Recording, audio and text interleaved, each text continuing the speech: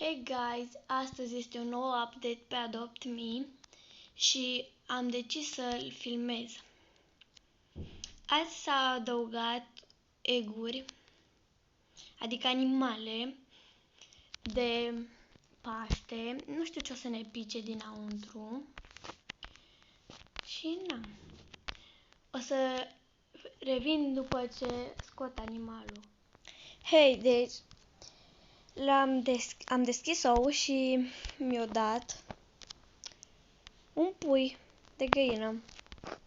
E foarte drăguț, dar am crezut că sunt mai multe peturi, că m-am uitat și la ceilalți și nu avea numai pui de găină. Și uitați să vedem, e common.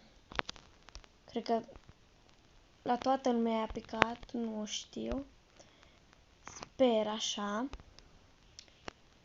Și sper că v-a plăcut videoclipul. Eu am fost Pingu.